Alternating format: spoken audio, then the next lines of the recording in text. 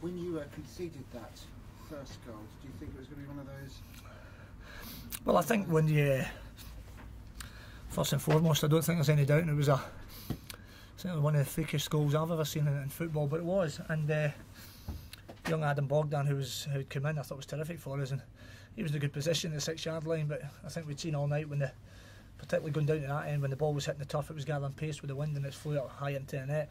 So of course you think the bad luck that we'd had in 2011 had carried us into certainly this year, 2012. But I also believed as well, because of how well we played prior to that we come back into the game as we did, and I think that was a measure of the resilience and character that they showed, because it'd have been easy, as we've all done, to feel sorry for ourselves when it's went against us. But I thought the players showed real belief, scored two magnificent goals. I mean, the first goal, I think it was 10-11 passes in the build-up, and Davy and Gore, an exquisite finish, and the second goal, the reverse pass from Chris Eagles, and obviously brings us nicely to the next question.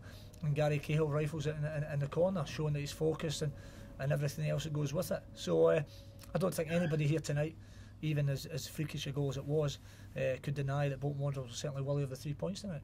You mentioned Coyle, he was magnificent. He was. I mean, I thought he was magnificent, and the great thing about that, out with the footballing thing, I think the mentality he shows, because it can't be easy when you have a club of Chelsea's stature and both clubs have agreed a fee.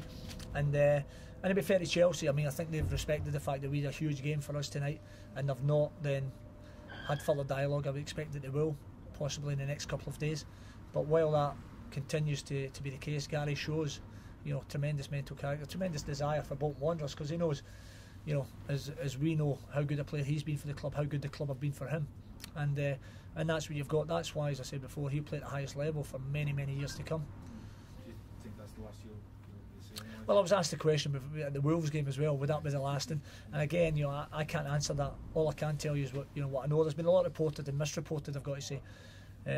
Gary's representative had one meeting with Chelsea, and as you would do in any negotiations, you have an opening gambit. Somebody's at one end and you're at another end, and then that was left that they'd go away, and obviously they would obviously have to go back and speak to Mr. Abramovich for a further, whatever the offer was going to be.